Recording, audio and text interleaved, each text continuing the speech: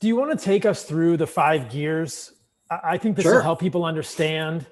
And I thought this was Yeah. an interesting concept to illustrate this kind of like as you ramp up an effort, you have different breathing strategies that might be thought of as gears. And we kind of referred to those earlier. So just take us Yes. through what these 5 gears of breathing are that you've thought of and how we might leverage that positively.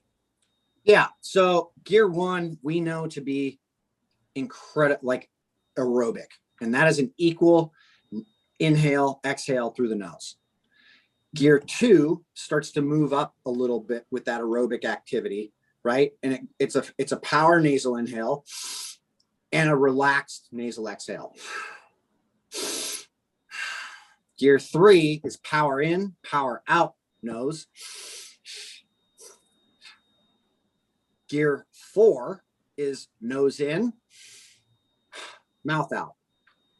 So it's a quick offload of the air. Gear five is mouth in, mouth out. And really what we do with people is we spend the first 4 to 6 weeks getting people to understand gear one and two. Gears 2 through 4 are really just these transitional type things, right? You shouldn't spend a whole lot of time in any of them. Like gear 1 is really where you want to get back to, but gear 2, it starts to, get a little, it's more transitional up to like gear 3, 4, and then getting me to gear 5. So we're using these transitions to get to a gear 5 really is what we're trying to do with specific intensities. And at nowhere do we spend, gear 5 work ever over a minute, right? And this is what we've learned. And it's really this takes time to develop. And the reason we started to understand this was because we actually tested it. We were using metabolic carts, and we were looking at the difference largely between nose and mouth breathing at first. And it was radical. And it was so radical, so we looked at just going on a simple walk around the block for 5 minutes or 10 minutes, and then repeating that. So doing it once, nose only, doing it once, mouth only.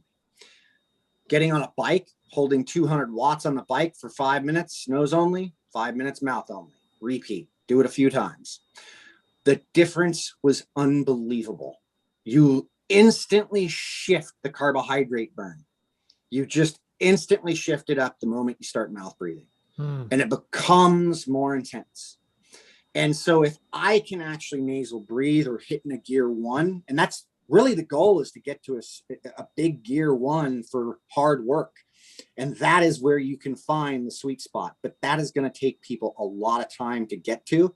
We're about to launch a program into what we do on our website. It's 6 months in length, but that'll, literally, this is like getting people really developed for understanding these gears and how to use this inside the training construct. What's the website that people can go to? Shiftadapt.com. Shiftadapt.com. We'll put it in the show notes. Yep. And we'll reiterate it at the end of the podcast. Yep. And I've got a code for you guys for like a free month. If people want to jump on the membership for a month and see the training, participate, get the, all that stuff, I'll give it to you at the end of the show. Awesome. So metabolic cart, just so everybody understands this is somebody completely hooked up to a closed system of oxygen and carbon dioxide. You can tell based on the respiratory quotient how much carbohydrate versus fat burning is going on in a human being.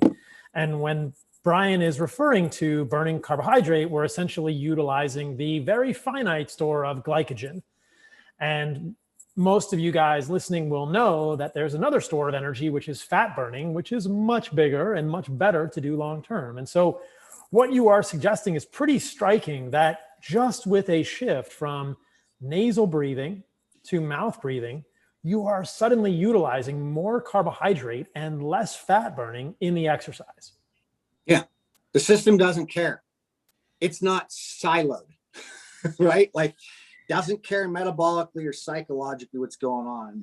And the reason I was referring back to the predictive system, and you understand this by understanding the brain's a constant predictor. It's trying to predict its next move. So that's where comfort comes in, right? Like I'm predicting my day and setting up my day prediction. Oh, if something goes wrong, how do I handle that? How do I manage that, right? Well, here's how the prediction system works with oxygen and how we're using fat or glucose and glycogen.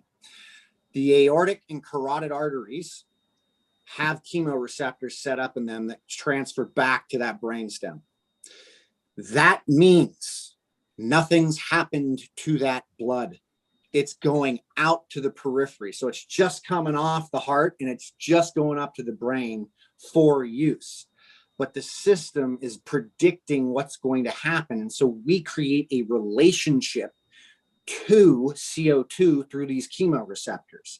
This is why we see such variance in CO2 sensitivity with human beings. So if I've got somebody who's more anxious, I can tell you right now that a more anxious human being is much more sensitive to CO2 and overbreathes a lot more. Somebody who has asthma, much more sensitive. Anybody who's dealing with some sort of disability, who's mechanical problems, they're going to be more CO2 sensitive. That means they're more prone to overbreathing, which means they're probably burning through more sugar than necessary.